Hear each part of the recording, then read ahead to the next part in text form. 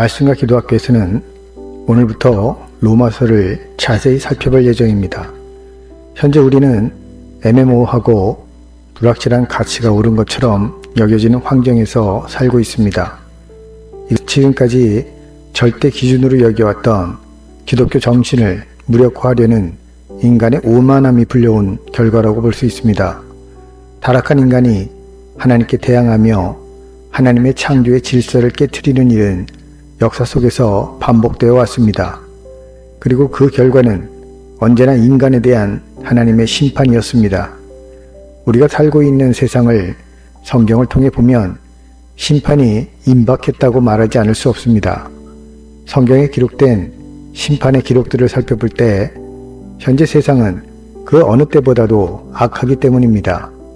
다만 하나님의 은혜와 자비하심으로 이 세상이 간신히 연명하고 있다고 봐야 할 것입니다. 성경은 확실하고 분명한 절대적인 기준을 믿는 사람들에게 제시합니다. 하나님을 믿지 않은 사람들이 창조의 질서에 어긋나는 법을 만들어 새로운 질서를 만들려고 할수록 세상은 점점 더 무질서하고 혼란스러워지고 있습니다. 생각해 보십시오. 완전하지 못한 불완전한 인간이 만든 법과 질서가 어떻게 완전한 사회와 질서를 이루어낼 수 있겠습니까? 성경은 완전하신 하나님께서 불완전한 인간의 안녕과 질서를 위한 말씀을 기록한 책입니다. 로마서는 하나님의 자녀가 세상을 어떻게 살아야 하는지 알려주는 매우 중요한 말씀입니다. 로마서를 통해 우리가 믿는 것과 목표로 삼는 가치를 다시 한번 점검하고 좌로나 우로나 치우치지 않고 오직 바른 길을 가는 우리 모두가 되길 소원합니다. 로마서 1장 1절입니다. 예수 그리스도의 종 바울은 사도로 부르심을 받아 하나님의 복음을 위하여 택정함을 입었으니, 사도 바울은 자신의 정체성을 분명하게 밝히고 있습니다. 예수 그리스도의 종 바울은, 이 말 안에는 다음과 같은 의미가 내포되어 있습니다. 나는 예수 그리스도의 종입니다. 나는 자유인이 아닙니다. 나는 예수 그리스도께 속한 자입니다. 나는 종이기 때문에 생각과 말과 행동을 내 멋대로 할 수 없습니다. 나의 생각과 말과 행동은 내 주인이신 예수 그리스도의 관계 안에서만 표현할 수 있습니다. 사도 바울은 부활하신 예수님을 만난 이후 자신을 항상 예수 그리스도의 종이라고 표현하고 행동했습니다. 하나님의 자녀요, 하늘나라의 시민권을 가진 바울에게 있어서 세상의 부귀와 명예와 신분 따위는 잠시 누릴 헛된 것입니다. 그래서 영원하고 가장 가치 있는 예수 그리스도의 복음을 바울은 목숨을 걸고 전했습니다. 다음 말씀은 바울이 어떻게 복음을 전했는지 잘 보여주고 있습니다. 그들이 그리스도의 일꾼이냐? 정신없는 말을 하거니와 나는 더욱 그러하도다. 내가 수고를 넘치도록 하고 옥에 갇히기도 더 많이 하고 매도 수없이 맞고 여러 번 죽을 뻔하였으니 유대인들에게 40에서 하나 감한매를 5번 맞았으며 3번 태장으로 맞고 1번 돌로 맞고 3번 파선하고 일주일을 깊은 바다에서 지냈으며 여러 번 여행하면서 강의 위험과 강도의 위험과 동족의 위험과 이방인의 위험과 시내의 위험과 광야의 위험과 바다의 위험과 거지 정죄 중의 위험을 당하고 또 수고하며 애쓰고 여러 번 자지 못하고 줄이며 목마르고 여러 번 굶고 춥고 헐벗었노라. 디모데후서에서 마지막 전제로 부어지기까지 사도 바울은 예수 그리스도의 종인 자신의 위치에서 벗어나는 일이 없었습니다. 디모데후서 4장 6절입니다.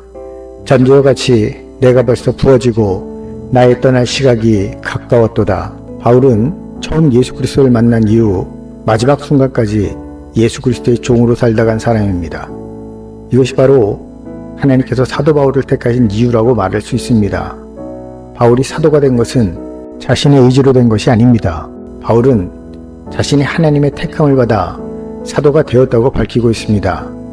그 자식들이 아직 나지도 아니하고 무슨 선이나 악을 행하지 아니한 때에 택하심을 따라되는 하나님의 뜻이 행위로 말미암지 않고 오직 부르시는 이로 말미암아 서게 하려 하사, 하나님의 택하심은 사도 바울만 이야기한 것이 아닙니다.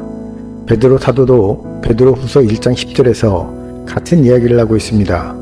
그러므로 형제들아 더욱 힘써 너희 부르심과 택하심을 굳게 하라. 너희가 이것을 행한즉 언제든지 실족하지 아니하리라. 전지전능하신 하나님께서는 우리가 태어나기도 전에 우리의 모든 것을 아시는 분입니다. 그래서 시편 기자도 하나님의 예정을 말하고 있습니다. 나의 형질이 갖추어지기도 전부터 주님께서는 나를 보고 계셨으며 나에게 정하여진 날들이 아직 시작도 되기 전에 이미 주님의 책에 다 기록되었습니다. 로마서 1장 1절에서 사도 바울이 밝힌 자신에 관한 내용은 특별히 말씀을 전하는 사람과 가르치는 사람들은 깊이 생각해 봐야 할 것입니다. 창세전부터 나를 아시고 나를 보시고 나를 하나님의 말씀을 전하는 사람으로 부르신 하나님에 대한 경외감을 가지고 있는가? 처음 하나님을 만난 그 강렬한 감격과 기억을 계속 유지하고 있는가? 세상 그 무엇보다도 하나님을 사랑하고 있는가? 또한 말씀을 전하는 나는 과연 사도 바울과 같이 그리스도의 종으로서 주인에 대한 두려움과 떨림을 가지고 말씀을 전하고 있는가? 과연 나는 주인의 음성을 잘 듣고 순종하는 종인가? 그래서 반성하지 않을 수 없습니다.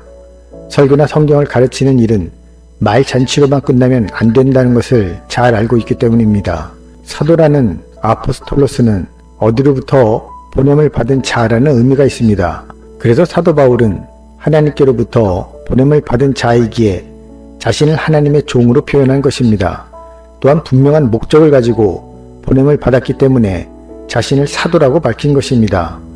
이렇게 바울은 하나님의 복음을 위해 택함을 받아 사도로 부르심을 받은 사람이었습니다. 분명한 것은 자신이 하나님의 부르심과 택함을 받아 보냄을 받았다는 확실한 소명을 가진 사람은 어떠한 상황에서도 절대로 사명에 대해서 흔들리지 않는다는 것입니다. 사도 바울이 전한 복음은 어느 날 갑자기 만들어진 것이 아닙니다. 이 복음은 하나님이 선지자들을 통하여 그의 아들에 관하여 성경에 미리 약속하신 것이라.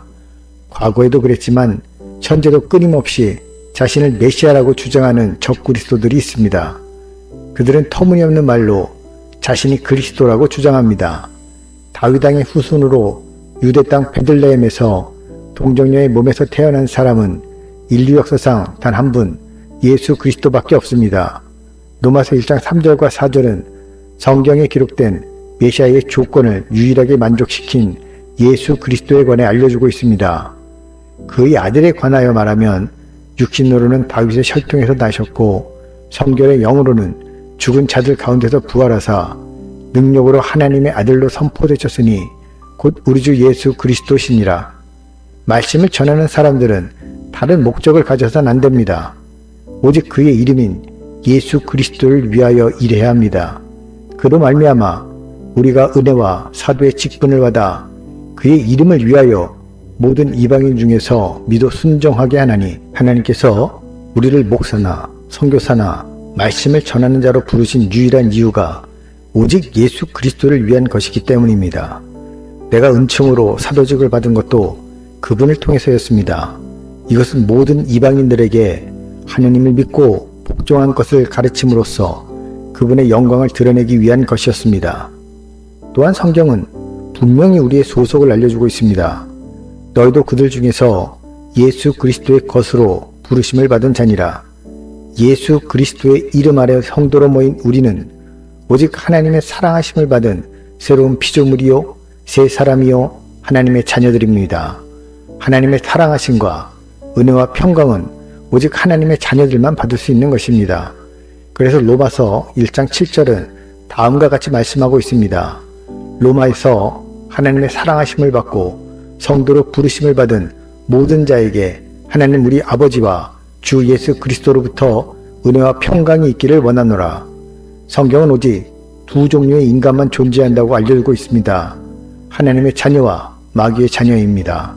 이러므로 하나님의 자녀들과 마귀의 자녀들이 드러나나니 무릇 의를 행하지 아니하는 자나 또는 그 형제를 사랑하지 아니하는 자는 하나님께 속하지 아니하니라. 성령으로 거듭나지 않은 모든 사람들은 마귀의 자녀들입니다. 예수께서 대답하여 이르시되 진실로 진실로 네게 이르노니 사람이 거듭나지 아니하면 하나님의 나라를 볼 수 없느니라. 니고데모가 이르되 사람이 늙으면 어떻게 날 수 있사옵나이까? 두 번째 모체에 들어갔다가 날 수 있사옵나이까? 예수께서 대답하시되 진실로 진실로 네게 이르노니 사람이 물과 성령으로 나지 아니하면 하나님의 나라에 들어갈 수 없느니라. 예전에 선교지에서 어떤 사람이 저에게 화를 내면서 도대체 하나님은 얼마나 기도해야지 들어주시나요? 라고 울면서 말한 적이 있었습니다. 아주 오랜 시간 가족들이 아픈 오빠를 위해 기도하고 있었습니다. 그러나 문제는 그 가족 어떤 사람도 아직 성령으로 거듭나지 못한 상태였습니다. 그래서 제가 그분들께 말했습니다. 30년이 아니라 그 상태로는 300년을 기도해도 안 된다고. 이사야 1장 15절입니다. 너희가 손을 펼 때에 내가 내 눈을 너희에게서 가리고 너희가 많이 기도할지라도 내가 듣지 아니하리니 이는 너희의 손에 피가 가득함이라.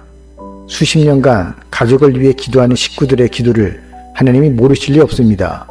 그러나 마귀의 자녀들이 기도하는 것은 아무리 많이 기도할지라도 죄가 가려져 하나님께 올라가지 못합니다. 그래서 하나님께서는 사람을 보내서 말씀을 알게 하시고 성령을 통해 그 집안의 문제를 해결해 주셨습니다. 성령으로 거듭나 하나님의 자녀가 된 이후의 기도야말로 하나님이 응답하시는 역사가 일어나는 것입니다. 예수 그리스도의 말씀은 진리입니다. 진리는 인간이 더하거나 뺄 수 있는 것이 아닙니다. 아무리 위대한 인간이라도 이 진리의 말씀에 점 하나를 붙인다면 그는 거짓 선지자요 이단인 것입니다. 사도 바울은 철저하게 예수님의 진리의 말씀을 말씀하신 그대로 전했습니다. 오늘날도 마찬가지입니다.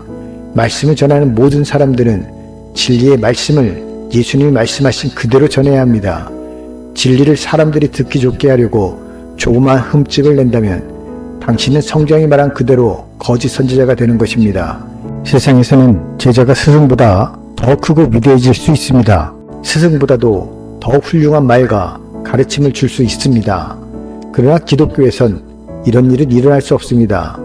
예수 그리스도는 하나님이시기 때문입니다. 인간은 하나님보다 더 높아질 수 없습니다.